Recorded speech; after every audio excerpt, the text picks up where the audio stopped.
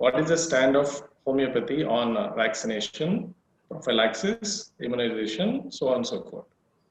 And you know, the modern parents, the qualified, so-called educated, internet-oriented, Google searching parents, so they have their own set of questions and how safe is vaccination, kind of things you'll have, right? Allopathic, modern medical doctors, they started visiting homeopathy and they started recommending cases to a homeopathic doctor. This is a good shift I invite, and hopefully most of the practitioners are also having such experience. So these physicians also started asking, what is your stand?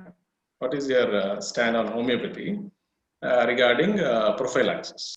We all know Heinemann, the master, because master is the first.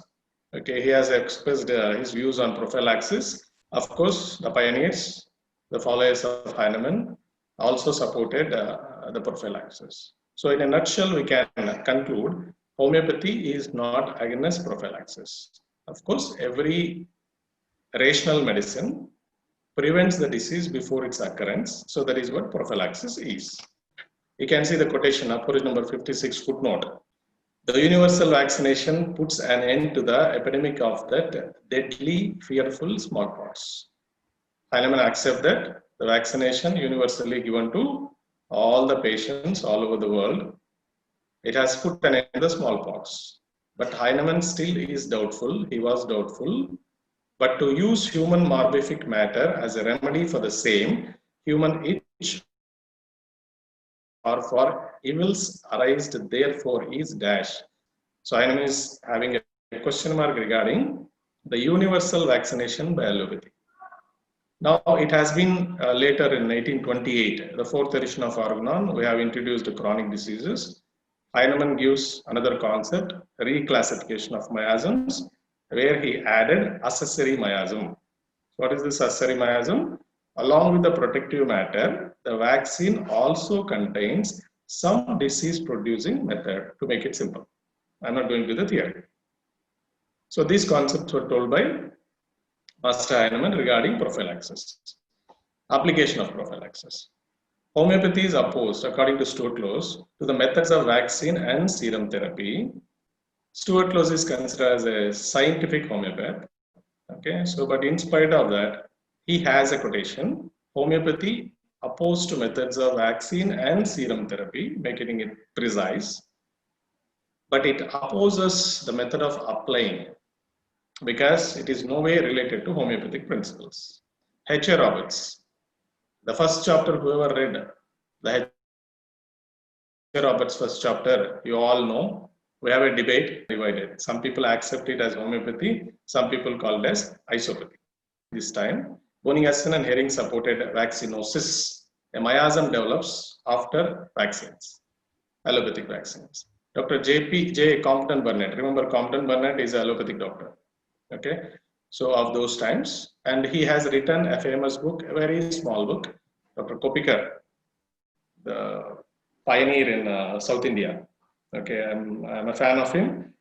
He supports this book, Vaccination and Cure by Tuja. He says, Arababa, go and read those books. You have a lot of theory available. In Metromedica, we have quotations, bad effects of vaccination. Repertories, if you open up, we have around 20 to 50 remedies to cleanse the system, which is having side effects of vaccination, Silesia, Thuja, sulfur, melandrinum, megerium, antimtat. The list goes on, Heparsil, unlimited. So your theory is accepting it, right? They have called vaccinosis. It is a miasm developed out of the bad effects of vaccination of allopathy, which is very closer, according to them, to psychotic miasm of Heinemann. In our practice, consciously or unconsciously, all of us, we are applying or antidoting the vaccination. If you don't agree in Organon philosophy, at least in your Metromedica, you are applying it. But as far as vaccination is concerned, even allopathic doctors themselves have divided among them. There is a doctor called Dr. Wakefield, okay, with a team of his practitioners. Okay, he started and he created and he published an article in the Lancet on the MMR controversy. According to him, the MMR vaccine is responsible for increased number of bowel diseases and autism. There is another hypothetical controversy, thimerosal. The thimerosal is a medium, preservative medium, okay, which keeps or which used as preserving the vaccines inside. Okay, and this thimerosal, the aluminum compounds and mercurial compounds which are present in them, they are obviously neurotoxic. Prior to that, the first WHO immunization schedule in India, it was consisting of only 8 to 9 vaccinations were introduced. But recent years, if you go and search the vaccination schedule of any newborn baby today in India, you have a hell of a lot of list of vaccines. The other hypothesis is that, third one, the increase in the number of vaccines that we started adding into immunization schedule, resulting into autism, because this causes all these parameters which the MMR hypothesis and thimerosal hypothesis might have produced. Now we have vaccination alternatives. As I said, we can treat, we can even give a prophylactic treatment. Since now I am entering into the theory, I'm just jump it out after I'm closing it. These things, you know, you are studied in your organon. We have prophylaxis methods. Broadly, we can classify them into general prophylaxis and specific prophylaxis. General prophylaxis is giving anti-miasmatic treatment as recommended by Heinemann to a pregnant lady. Constitutional treatment is selecting a constitutional remedy to either to the pregnant lady or to the baby, newborn baby. Because a constitution full-fledged develops after 18 years. Because endogenous and exogenous factors constitutes the constitution. So newborn baby cannot have her own constitution. This is my opinion. Specific prophylaxis we have been applying today, genus epidemicus.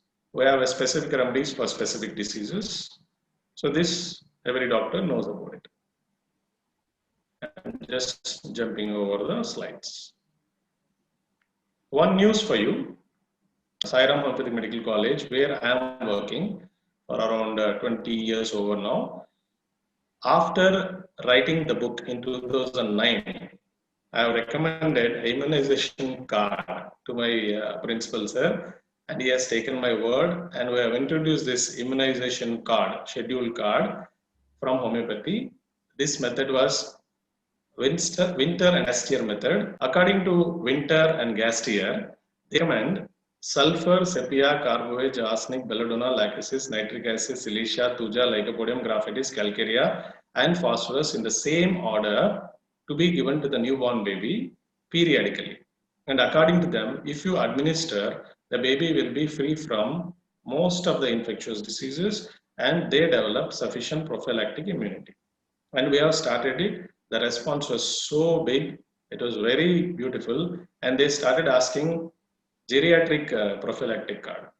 People who want references for this, you can go to my book, A Comprehensive Study of Organon by Dr. Nagendra Babu, BJN publisher. And the selection of dose and repetition of dose can be left to the physician, in my opinion, because depending upon the baby's or mother's susceptibility, he can select the dose and potency, repeat the doses. Specific prophylaxis, I need not to take much time, you know it. Specific remedies for specific diseases, even done by Heinemann. Example, camphor, cupromet, veratrum for cholera kind of.